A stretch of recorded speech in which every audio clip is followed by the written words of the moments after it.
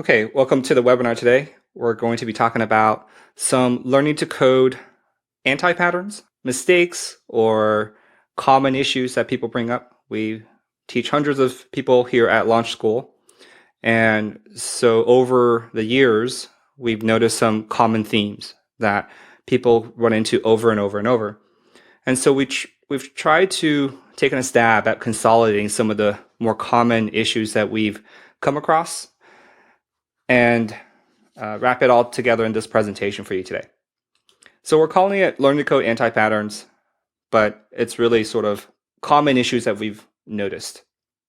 So I'll go ahead and get started with the agenda. I've broken up the various anti-patterns into four major groups. First is general expectation setting from a sort of mental or attitude perspective. And then another one are study habits. We've noticed that study habits are really, really important, perhaps the most important thing with regards to being successful. And the third group is more technical or code related.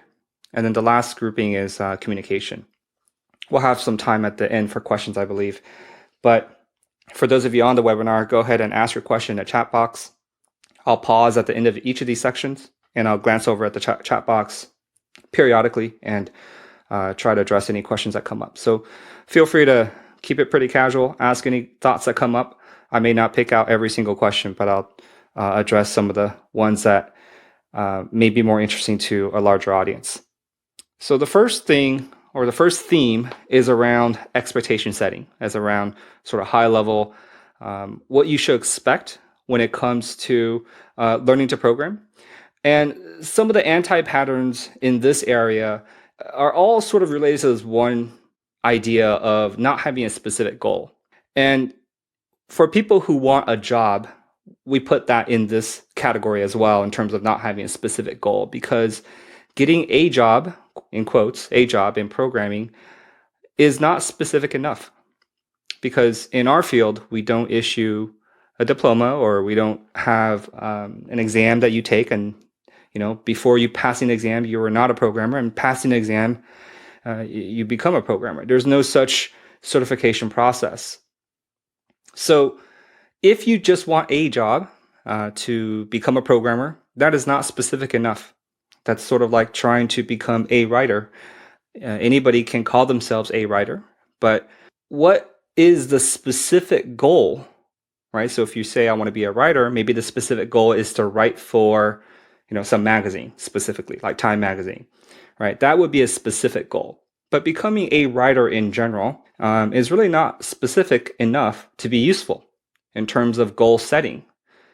So at Launch School, our goal is to help people level up to the point where they can get, of course, a job, a programming job, but also a long career, right? That's our focus, is learn the fundamentals so that they can have a career where people are fortified against the ups and downs of the industry.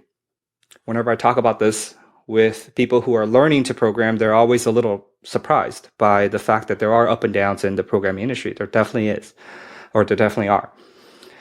And as a whole, the IT industry or the programming industry is on an upward swing, but there's micro ups and downs that you will feel.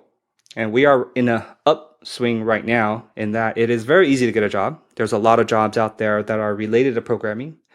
And today you can probably get a lower paying job with a little bit of HTML, CSS knowledge. Those are not the type of jobs that Launch School is trying to prepare you for. So this is again why having the goal of a job is not specific enough for you to take any action on. So when we say, hey, it takes 10 months, perhaps 12 months, 15 months for you to go through our program and learn things well. And you say, well, I can read a couple books or do a 3-month thing and get a job. The result may feel like a very similar outcome, but in fact, they're very, very different. And you won't notice a difference until we have sort of a micro downswing in our industry. That's where these jobs that don't require a lot of programming knowledge are going to be affected. So at Launch School, we're really trying to produce people who are very, very proficient in software development. So getting paid to do programming related activity is not our goal, even if it does result in a job. And so if you are interested in launch school, if you're not yet in the programming, you're interested in launch school, this is a decision point that you have to make before you start with us. And this is probably one of the first decision points you have to make. We have a very specific goal at launch school, and you have to be willing to pursue that goal in order to take advantage of what we have here. So this presentation is going to, I think, not flow as well because even though these anti-patterns, I've sort of grouped them together, they're sort of isolated in some way. I'll have a summary here to tie them together. But the second anti-pattern here is giving yourself X months to reach a certain goal. And in our program, that is going to be very difficult, I think, because usually people underestimate how long it takes to learn something really, really well. Usually how people think about it is they look at the number of topics that's covered. So for example, there are 6 topics, let's say. And then they say, well, I'm going to give myself a month for each topic, so I'll be done in 6 months. So that is sort of a time-focused way to chop up the curriculum or chop up a path and say, I'm going to spend 1 month on each of these topics. By the end of these 6 months, I'll be, done with these 6 topics. The problem with that approach is you don't really know how long it's going to take you for each topic. It may take a month, it may take 2 months, it may take 3 months. And in our program, we're going to ask you to learn to a certain depth. It's likely that the depth that we're going to ask you to learn to is something that you're not used to yet. And it's very difficult to estimate how long this process will take, both for you as well as for us. So in general, what we say is give yourself some flexibility. Give yourself and give your brain a chance to digest and learn things well to a high degree of comprehension and proficiency. And that likely will not fit into X months, right? So, and that flexibility that we're asking for is going to range in months, perhaps 6 months, perhaps 12 months. It won't be years and years, usually, unless you take a really, really long break or something like that. So setting these artificial deadlines, which is what everybody does, of course, and it really sets people up for failure because you'll see that it takes you'll work backwards usually. You'll say, hey, I'll have until end of the year. Look at the calendar, it's June now. I'll give myself until end of the year to transition to a job. And if you look at our courses, you'll work backwards and you'll say, I'll give myself 1 month to go through the foundation, the prep work, and 1 month to go through the foundations, and another month to go through the front end, and another month to go through the advanced stuff. And by the end of the year, I should have finished everything. And according to the copy on the website, I will be job ready. That likely won't be the real experience, right? Likely, as you go into the prep course, you're going to get stuck or you're going to spend extra time. And if you take, let's say, 2 months in the prep course or 2 months in the foundations course, you'll look at the calendar and feel a tremendous sense of anxiety. Already that is on the path towards failure, right? As soon as anxiety creeps in, behavior changes, and you start to move away from focusing on comprehension and instead focusing on making sure to hit that deadline, right? So we see this play out a lot, and I would just ask everyone to give yourself some flexibility, right? Don't set yourself up such a tight time frame that if you go over by 3, 4, 5, 6, 10 months, it's all of a sudden you're in a weird position. Another sort of anti-pattern related to expectations is underestimating what it takes, specifically what it takes to become a professional programmer. And this is a bar that we've established at Launch School. Like I said, there are lots of jobs out there. But to become a really proficient professional, one who is fortified against these sort of micro ups and downs, even in the software industry, is a much different experience from dabbling around or from seeing if you enjoy programming, which is where most people are at before they come to us. They're sort of checking out programming and see if they enjoy it. A seriousness is involved, and in some cases, a competitiveness is required. or at least it's helpful. When I talk about competitiveness, I don't mean necessarily like you envision professional sport athletes. Getting a job is not a stable bar, or even getting a high-paying job is not a stable bar because it's somewhat competition related. You're competing against other candidates. You're competing against other applicants, right? So there has to be a degree of seriousness and somewhat competitiveness to it. There are also a lot of other attributes that we don't necessarily teach at launch school, but we will definitely give you feedback about, which is communication, a willingness to work hard, and attention to details, being nice, being a good teammate. All those other attributes make a huge difference. Those are the things that we can give you feedback on, but we certainly don't have any courses on improving communication and, teaching you how to be nice and things like that. So we focus on teaching the technical, but through the process of assessments and through the process of working with you, we will definitely give you feedback on these other higher ability attributes. So becoming a professional programmer is the technical piece is going to be difficult. The depth that we ask is going to be unlike probably how you previously have been dabbling around in programming. And on top of that, there's other non-technical attributes as well. And then another anti-pattern in the beginning stages that we see is just not being detailed enough. It's not even are you detail-oriented as a binary attribute, but it's the degree. So as programmers, we all have to sort of learn to become, the 99th percentile of paying attention to the details. And that comes in sort of that shows up in two ways in your day-to-day activity as a programmer. One is debugging. You'll be forced to pay attention to the small details. And also, when we're learning, a lot of beginners underestimate sort of the imperative nature of programming, in the beginning stages, that is. When we get to the more advanced stages, we can issue one command and, we have a web app and things like that. But in the beginning stages, we have to learn to give very, very specific instructions to the computer. And that's sometimes very difficult. So I read this one developer, explain it to his friends. So his friends would say, how can I become a programmer? How can I become a good programmer? And the programmer said to his friend, write down the instructions to open a door. So, okay, that's easy. His friend wrote down first you turn the knob, and then pull the door, right? And, 2 steps, right? So his friend, the programmer said, then you should at least have 20 steps to open a door, right? And so that is an extreme example to show that you have to be that detailed to the computer. Now, as you get more and more advanced, there are certain tools, libraries that allow you to operate at higher levels of abstraction, which then you can just issue the open door command. But if you are tasked to write the open door command, then perhaps that's where the detail-oriented nature comes into play.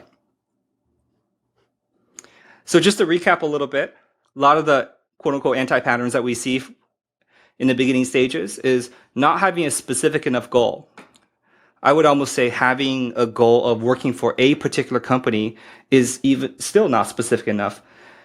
What you want to say is, I want to work at a specific company in a specific role, right? That would be a very specific goal. Setting an artificial timeline of X months, right? Underestimating the amount of effort it takes and just not being detail-oriented enough, or being surprised, I guess, by how detail-oriented you have to be a good programmer. All right, so any questions? I'll pause for a second. I think none of that is probably too surprising, but I think if anything, these are kind of related to having no specific goal. So these two here, because if you had a specific goal, I think the timeline will become more crystallized, right? If you don't have a specific goal, that's where it's almost like if somebody can tell me the shortest amount possible, I'll go for that. Because if you say, I just want a job, right? Well, you can get a job after reading an HTML, CSS book, right? But that's not a job that's going to fortify you against the ups and downs of the industry, right? And also underestimating effort, I think, is also tied to, again, not having a specific enough goal, right? So once you figure out the goal in a more specific way, then I think these two other ones fall into place a little bit more. And so at Launch School, our goal is far more clear. And so we're able to talk about these two things a lot better. Okay, study habits. I would say one of the major issues or one of the major setbacks that I see with regards to beginners is just having poor study habits. And by poor study habits, I kind of sometimes mean that people don't even realize they have poor study habits because we're an online program and it's very difficult to see how hard other people are working. So I'm in a position where I can see everybody, and I am astounded by some of these other students who take notes, make flashcards, do all the things you would expect somebody at a university would do. And the other people don't do that, right? If they take 2 notes down watching an hour-long video, to them, that's already pretty good. But then if you compare to somebody else who wrote almost like a novel, you don't have to do that. But when I see the comparison, I can almost guess who is going to do better on the assessment. So developing good study habits, I think, is one of the highest leverage things you can do before even starting any program, right? Not just Launch School, but any program. And one phrase we always use is habits over enthusiasm. So I hear a lot when people start, I'm so excited to be here. I'm so excited to start. That's fine. Having excitement is a positive thing, but it's not going to make a difference how excited you are. It's really about what your study habits are. And so what I try to always challenge people to do is to calibrate their efforts by comparing with others. And I think this is where a program like Launch School, I think, is an advantage in that we tend to attract pretty capable people who take it pretty seriously. The unfortunate part is we're an online program, so you can't see others. In high school or college, for a test, if you get a B, right, the first thing you always do is ask everyone else, what did you get? If everyone else got a B minus or a C, you're feeling pretty good.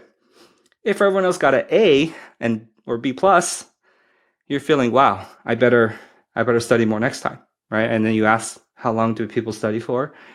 People say 30 minutes, and you study for 45 minutes. That's good enough. If the average time that people spent studying is 3 to 4 hours, then all of a sudden you feel, okay, I better do more.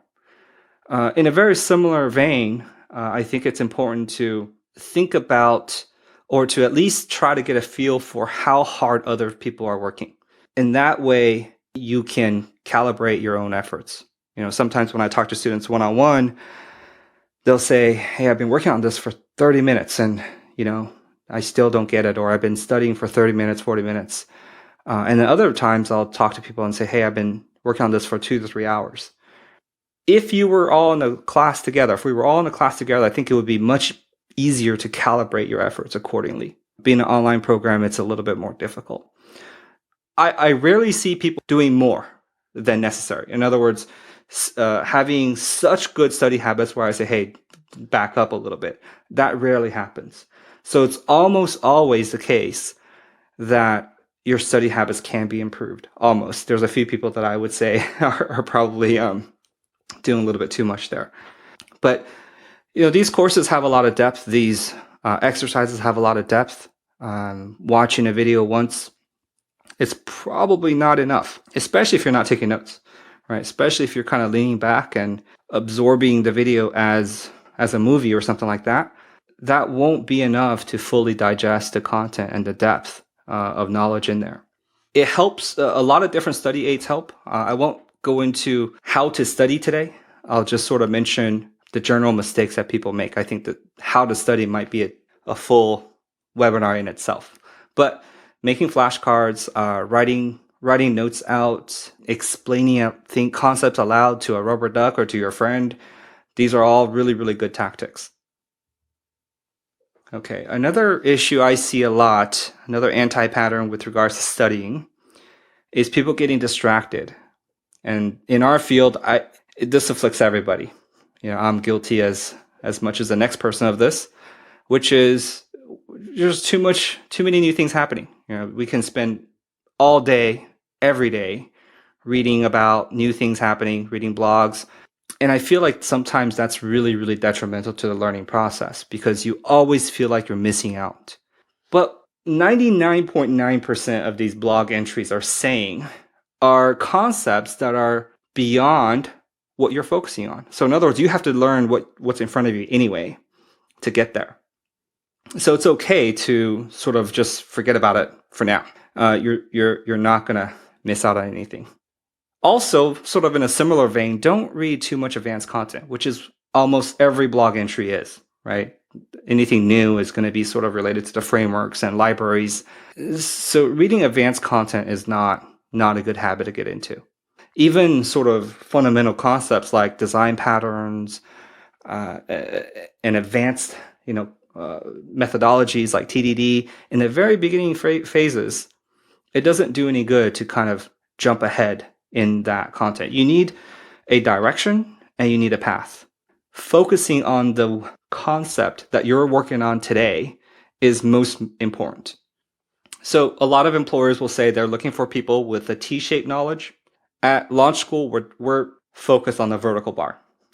The horizontal bar is reading blogs, reading the first 2 chapters of a book. It's like the first 10% of a lot of different pieces of knowledge. That's good. I think that's okay. But when you're trying to learn that vertical bar, that's where you really, really need to focus and not get distracted. So at Launch School, again, we're trying to drive you down that vertical bar or up that vertical bar, however you want to visualize it. And that's really the hard thing. What I see is a lot of people trying to avoid sort of the hard problems or difficult problems, always looking for a shortcut, right? I get a lot of emails saying, hey, do I have to do this? Or do I have to do this assignment? And I always say, no, you don't have to. But it's probably good that you try to do it because that's what people are going to pay you to do. Employers pay for people who can solve problems. In other words, the highest salaries go to people who have a skill, not necessarily people who have a knowledge, right? When you go work for somebody, your experience will not be applying what you know already. Likely it won't be that. It'll likely be figuring out problems, which is always solving new problems that you haven't yet encountered, right? So my challenge for people is always to work on the hard problem in front of you, right? Try to find the hardest problems that you can handle and then really kind of dig into it, dissect it. Don't try to avoid them. Don't take shortcuts. There are ways perhaps to take shortcuts, but don't take them.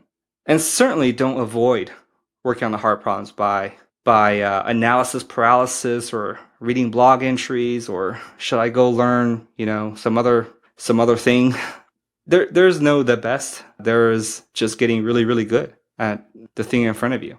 Now, caveat here is don't go online, just start looking for hard problems to solve because some of them require advanced math and things like that. Usually in our program, the problems that we put in front of you are going to within the realm of possibility based on what you know at that point in time. Right? So definitely don't just go online and start looking for hard problems to solve. All right. So we like to say learn slowly here. We believe in it so much that we name our program. Our motto is the slow path. Some people have taken that phrase and interpret it as less work or permission to, take lots of breaks. The slow path means don't be in a rush. It's almost not related to slow or fast. It's related to comprehension. What we see is most of the time people are in a rush to move forward. And so this rush is what causes them to sacrifice comprehension. So the slow path is really about that idea. Don't move forward at the sacrifice of comprehension ability. It doesn't mean spend less time on things or, take more breaks. It actually will result in more work. The slow path will, not less, because each topic, we want you to go deeper in that topic, right? Not just learn it at a cursory level and then move forward. Give yourself the time, be patient, sit with that one topic, but that's going to result in more work, right? So slow path doesn't mean instead of working, if you have 20 hours a week, let's say, it doesn't mean instead of doing that, just work 5 hours a week. It means spend 20 hours a week on one topic as opposed to spending 10 on one and then moving forward to another one. I even don't like the phrase move forward because that doesn't mean anything, right? Move forward sort of insinuates progress, but that's not progress. Progress is really understanding a topic. So this one's kind of important. I think it's kind of hard to understand what we're talking about here if you're not yet in the program or if you haven't yet really studied a language. But I think this is how one would learn anything. You have to have a mental model of how a thing operates, how a thing works each step of the way. I see a lot of beginners not caring about that. In other words, if you say this works this way, oh, okay. And then if you say this works that way, they'll say, oh, okay. Right? They don't say, oh, that violated how I thought about this, my mental concept of how the world works with regards to web development or Ruby or SQL or JavaScript. That's interesting. Let me go study that. Why was that violated? So it's very important to slowly build a mental model of how everything works. How is everything working? And each step of the way, as you gain new knowledge, update that mental model.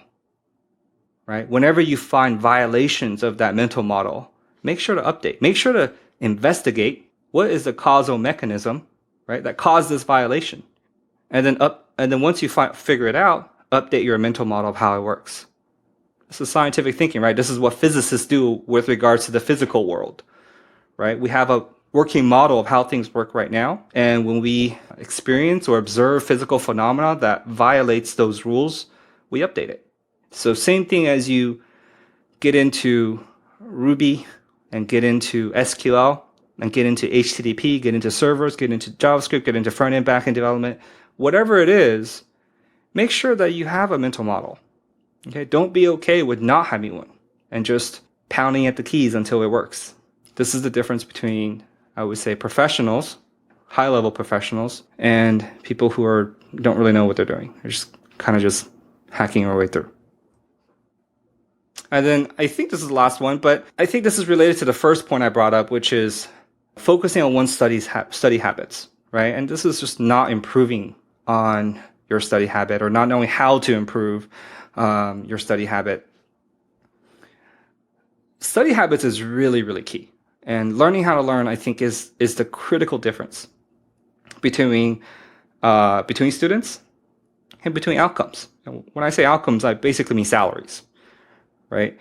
It's not really background, believe it or not. It's not ability, sort of natural ability. It's really study habits.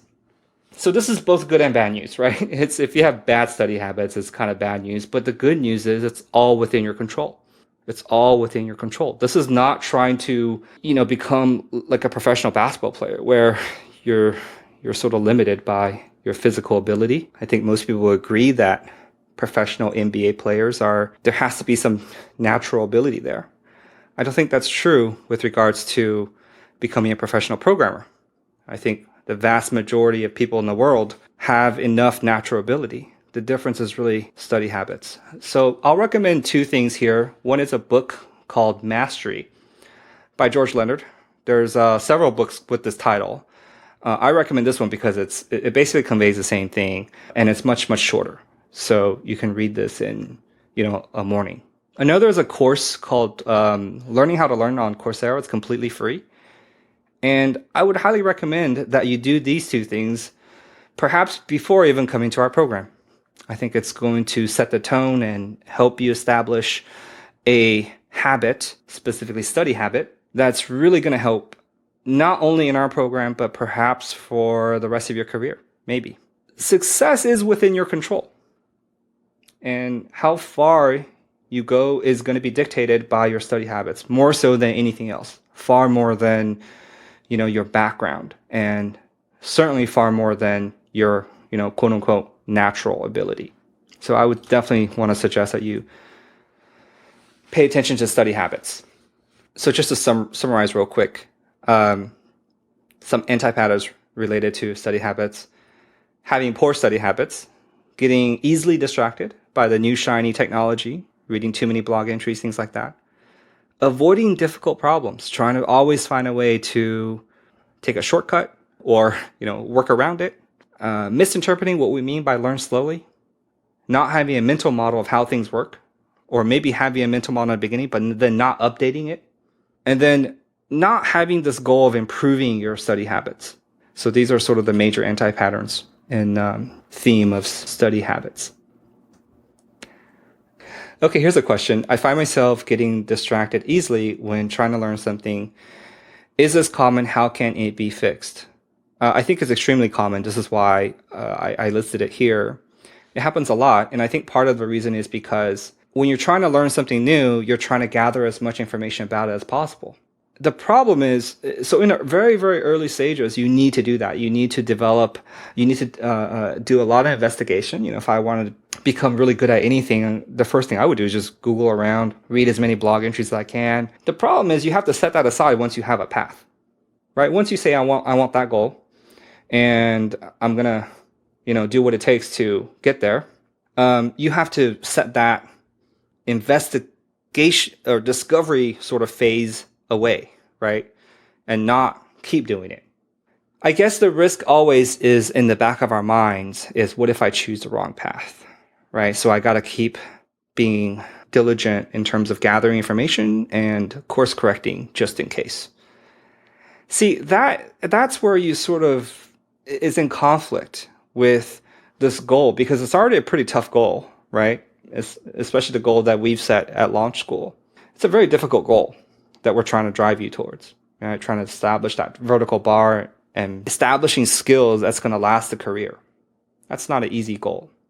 So if you have that, if you're on the path to gain those skills and you're sort of keeping one foot out the door, as soon as things get hard, it's that difficulty avoidance mechanism. Like, this is hard. Let me shift over here.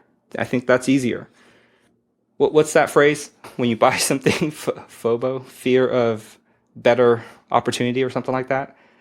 There's this fear of like, maybe I don't have to take this really difficult approach. I can take this other easier approach, right? And so I want to try to encourage you to not to think in that way, and to think about the hard problems as a good thing, right? As a thing that if you develop that skill, how to solve these hard problems, that's what you're getting paid to do. All right, so the third sort of group here that I have for this collection of anti-patterns is related to code. So this first one, most beginners, I think, violate this a little bit, is not taking the time to analyze the error message or the stack trace. So when you are hit with that initial wall of text, eyeballs roll up, go get some coffee, right? It's going to take some time to get that habit down. It's going to take some patience, a certain temperament, right? So if you don't have that temperament, you have to develop it. It's going to require sort of this fanatical attention to detail, right? We talked about that earlier. Paying attention to almost every single word, especially at first. Your eyes don't notice patterns yet. After a while, you'll sort of start to notice patterns. So this is a wall of text. I've actually chopped this down quite a bit, but it is a giant wall of text. Where's the error? If you were to Google this and you copy and paste this whole thing into Google, that won't help you, because there's too much application-specific information. For example, posts and categories and news. This is not a generic error. You Google this, you will not find anything. Post categories is a specific, in this case, a table in your database that's not going to help you. This is the generic error message right here that will help you. So if you Google this, it'll sort of generally point you to the right direction, I think, that there's a nil object somewhere. It's still not going to give you the absolute answer, though. And you also still have a non-generic data in here, name, right? Name is not generic. But the generic message is that there's an undefined method called this thing for nil class. So if you're already a Ruby developer, or you've been messing with Ruby for a while, or Rails for a while, you might be able to figure this out and look at this But if you're brand new to programming, if you're hit by this wall of text, you have to just, over time, develop an intuition with regards to where your eye should zone in on, right? There will be patterns that emerge over time. And sometimes it's tricky. This one is actually relatively easy in that it's right here. But sometimes it's kind of hidden down below. Right, and Tommy's saying the more errors you read, the easier they become to read. And that's 100% true. So take the time to do it, right? Don't just give up or ask somebody immediately, right? Take the time to sift through this text. That's what programmers do all day. Not knowing how to search, another anti-pattern. And that sounds crazy, but like I said earlier, there's an art to this, right? You have to be able to issue a generic query. And so you definitely copy and pasting this entire thing in there won't work, right? So there's a little bit of skill involved, not too much, but a little bit. So Google the right part of the error. I've also seen this. So this is what we call a stack trace, in that it's an error in the code. I've also seen people Google the error message on a user interface, which is completely unhelpful, right? If you're using, those are validation messages that are part of the correct execution flow of the application. It's like, oh, your username's not long enough. That's not an error message that you should Google. That's not an error. That's just telling you your username's not long enough. This is what we mean when we say Google the error message. This code level error. Stack Overflow.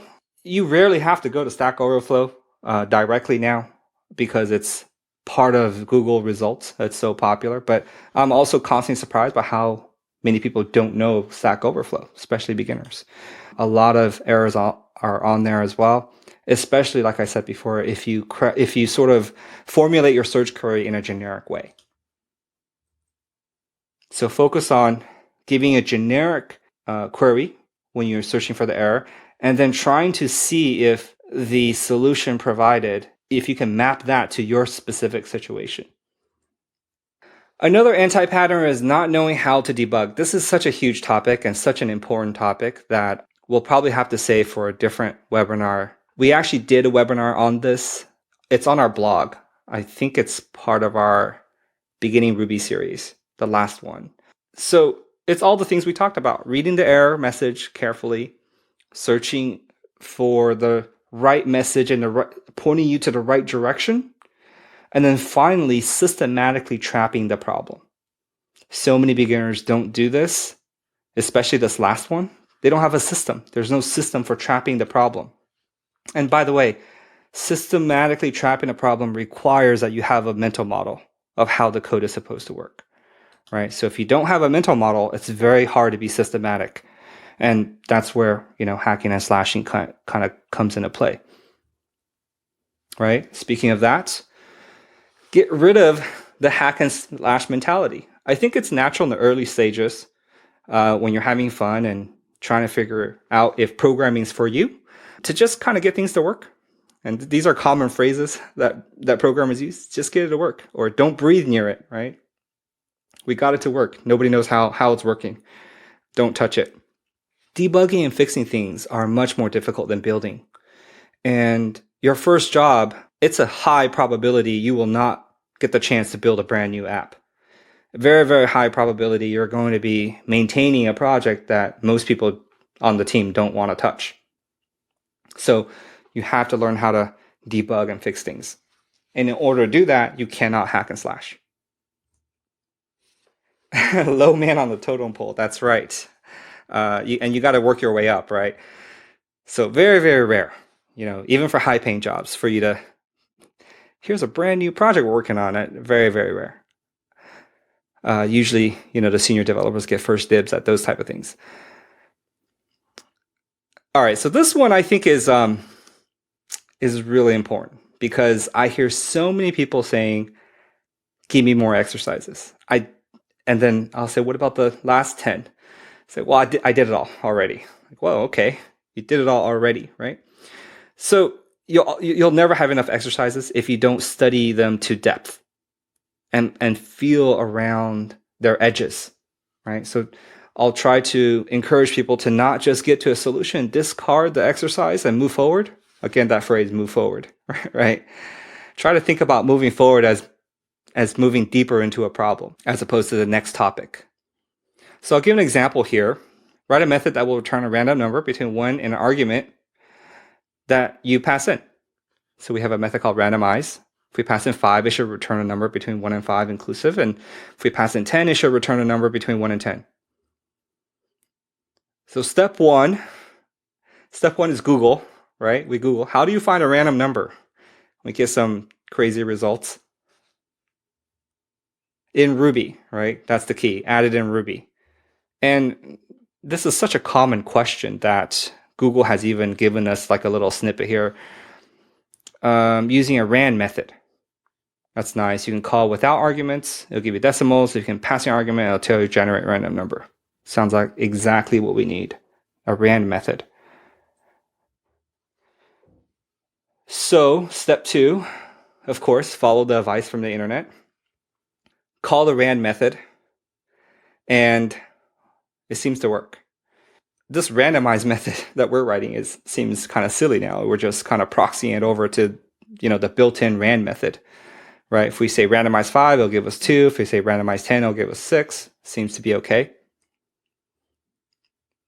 Step 3, we're done. Let's move on to the next exercise, right? That's how normally people would approach this. There's a very subtle bug here, right? And the way that we can explore this bug is by playing with just the rand method. Here, I've basically printed out the output of rand 10 times, rand 5 10 times. You notice a pattern? It's going from 0 to 4, right? And at the end, it's returning 10, but it's outputting 0 to 4. So the bug is that it's 1 less than what we need. We wanted 1 to the number, not between 0 and 1 less than the number.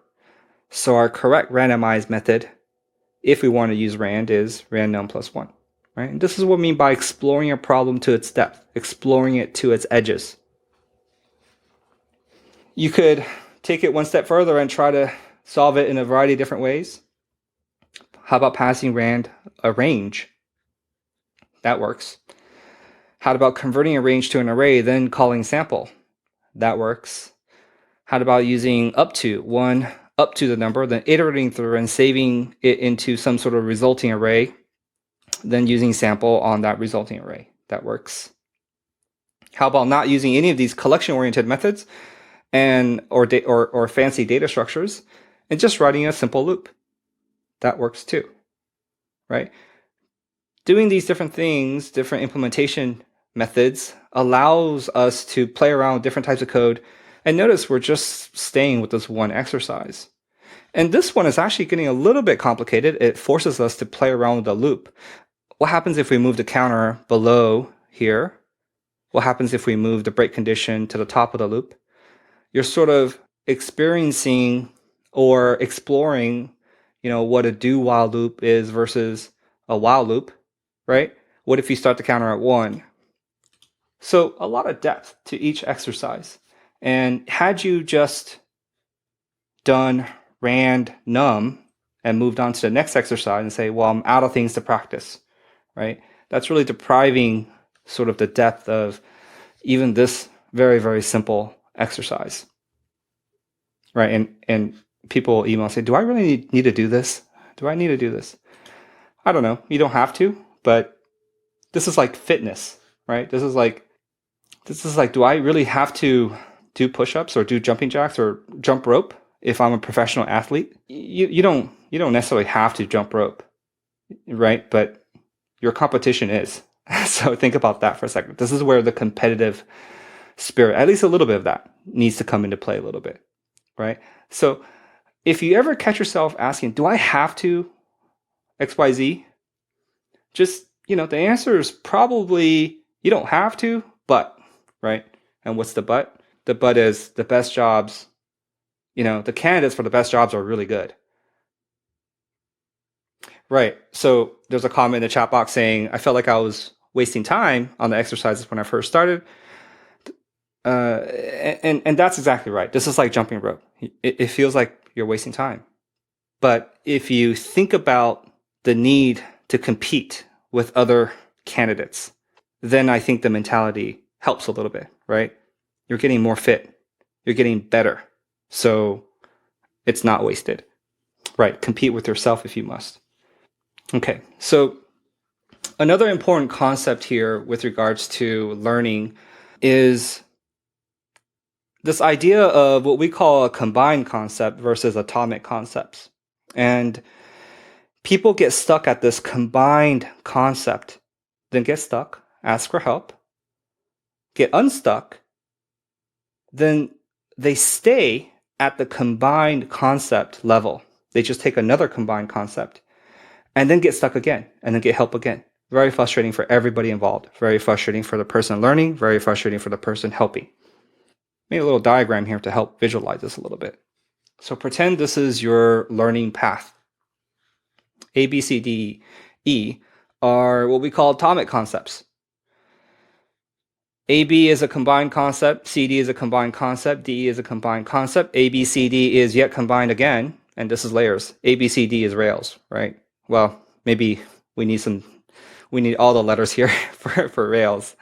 What I see is people tackling a problem like CDE and then getting stuck because they don't know either C, D, or E, or CD or DE well. So they get stuck at CDE. They get help on it.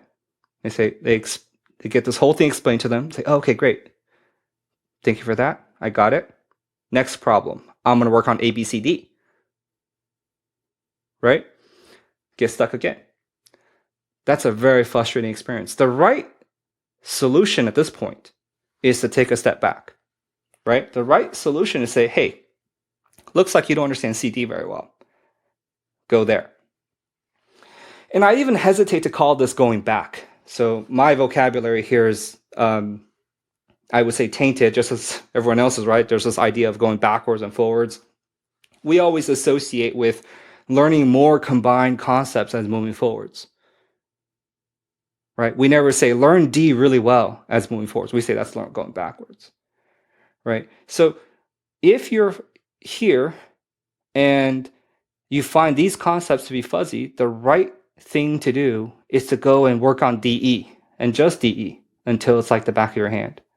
And then CD until like it's the back of your hand. And then you can tackle CDE exercises with no problem. Right? So I want to challenge you to think about learning in this way. Not only, let me get to the combined concepts as fast as possible, because there's just going to be confusion there. So a picture that captures this idea is something like this, right? Learn how to draw a horse, draw a couple circles, some sticks as legs, put some squigglies on as hair. Final step, draw this beautiful horse, right? Add the small details. And this is where it gets frustrating when people try to do step 5, the horse, the final horse, but their ability is here at 1, 2, 3, 4, right? You can see that there's a lot of missing steps in between, missing skills in between, like how to shade, right? So you have to go and learn how to shade a cube, a sphere. How many? Maybe a couple hundred spheres, maybe a couple hundred, maybe a couple 1,000, I don't know, right? Then you have to learn how to draw sort of anatomy, animal anatomy, right? How many horses should you draw? Maybe a couple hundred, maybe a couple thousand, right? So without shading, that is. So in that example, A, B, C, D, E would be the final horse. And A, B, C, D, E here would be the atomic concepts, right? So a lot of times in our program, we'll say, hey, I noticed you're working on this problem. And you're showing that you don't understand this concept well. And in fact, your D is even weak because you used to know that, but you forgot a lot of it. The right thing to do is go and refresh on C and D and drill on CD. And people kind of don't like that approach because it feels like it's going backwards. But in fact, it's going to strengthen you far more. And you'll be able to tackle problems like CDE, like ABCD on your own. without having someone to explain it to you over and over and over, right? That's the path. That's the slow path. That's what slow path means. Okay, so I want to really encourage people to think about that, right? As they move forward, if you find yourself getting stuck over and over and over on sort of the same level of problems, it's okay to take a step back and just drill and focus on smaller scoped atomic concepts. All right, just to summarize real quick, some anti-patterns related to code. Not analyzing the error messages, not knowing how to take apart the relevant error messages and feeding it into a search engine or Stack Overflow. Not knowing how to debug. This is really, really difficult, actually. And how to debug that. This is really difficult. Big topic. Hack and slash mentality. The hack and slash mentality, I think, is necessary almost in the very beginning stages. But as soon as you make the decision that you want to be a professional programmer, you have to start to get rid of this. And like I said before, this is related to not having or not taking the time to establish a mental model. And therefore, you can only hack and slash. Not studying and exercise to its depth. We saw an example of that with the randomized model method. And then finally, this is a problem that I think most people commit, is working on combined concept exercises when they need to take I don't want to say back, but take a step back or focus on more atomic concepts.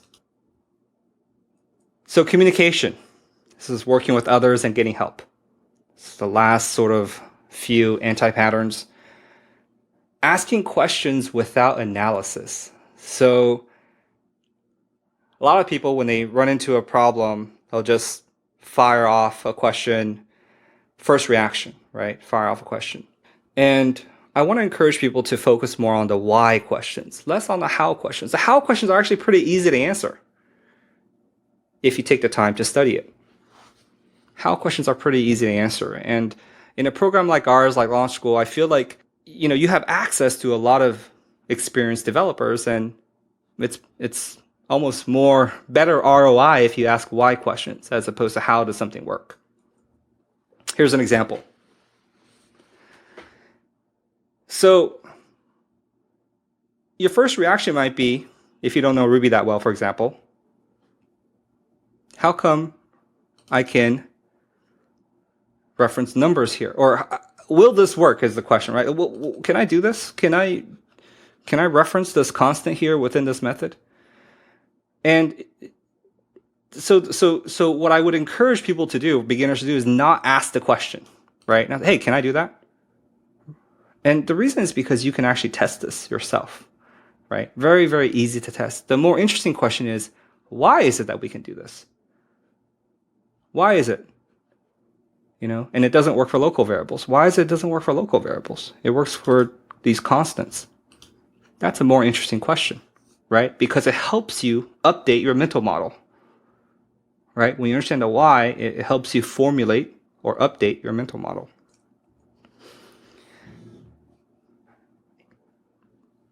Another anti-pattern is don't get too attached to your code. This afflicts everybody, including senior developers. Take the feedback and criticism professionally. Don't get too tied to your code. You're not your code, and it's important to not get too defensive, especially in a program like ours where we will be talking about your code a lot. So, it's important to be able to communicate professionally about the code, about the pros and cons of the code without sort of attributing any value statements to you as a human being, right? Very important to do that. And I think it's hard because we take pride in our work, we take pride in our code, and at the same time, we have to disassociate ourselves a little bit in order to receive, give people room to give us the feedback. Don't get too attached to a methodology or workflow. So this is more, I would say, if you talk to other, if you're learning or you're reading a book, and then you talk to other senior developers, I would maybe not criticize without context. So for example, at Launch School, we say, oh, you should use, a code linter, or you should do TDD, or you should use Haml, whatever it is, and you talk to other teams that don't do those things, your reaction shouldn't be, well, you should really do that. You should really look into that, as if you're showing off knowledge or something, right? Context matters a lot, right? So I would say learn the workflows and methodologies, but then over time, try to develop an intuition about when those methodologies apply, right? And there's trade-offs to everything, including writing tests. There's trade-offs. So try to develop that intuition and less sort of blaming. I would say if you're in a conversation, you can say, well, on my projects, I do this, right? That would probably be the strongest statement I would make until you have a lot of years of experience to back it up, right? Before then, you don't want to put anybody off.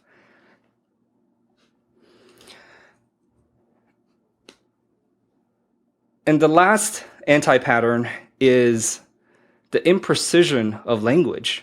We're working with abstract concepts in our mind, and it's very important to be able to communicate other developers with a precision that minimizes miscommunication, right? If we were carpenters, we have physical objects.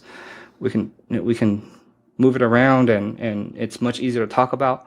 With code, it's all in our head. That's why we have diagrams. We have language and vocabulary that we use. All these things are trying to convey our ideas with other developers. And again, it's to minimize the miscommunication. So in our program, you'll learn to do this, but even if you're not in our program, I highly suggest that you develop a habit to pay attention to the language details, the details of the language, right? Call a thing by its proper name. Don't say a thing, right? Call it by whatever its proper name is. Learn to speak like a professional programmer. This will go such a long way during job interviews, or even just day-to-day communication, right? And vocabulary matters. I think it's not just, us being difficult or, anything like that. It really does matter. So take time to make flashcards and learn the proper vocabulary to speak about the code. So that's it. That's all the major anti-patterns I could think of. Any questions? Went over a little bit. Okay, well, if there's no other questions, then that's it for today.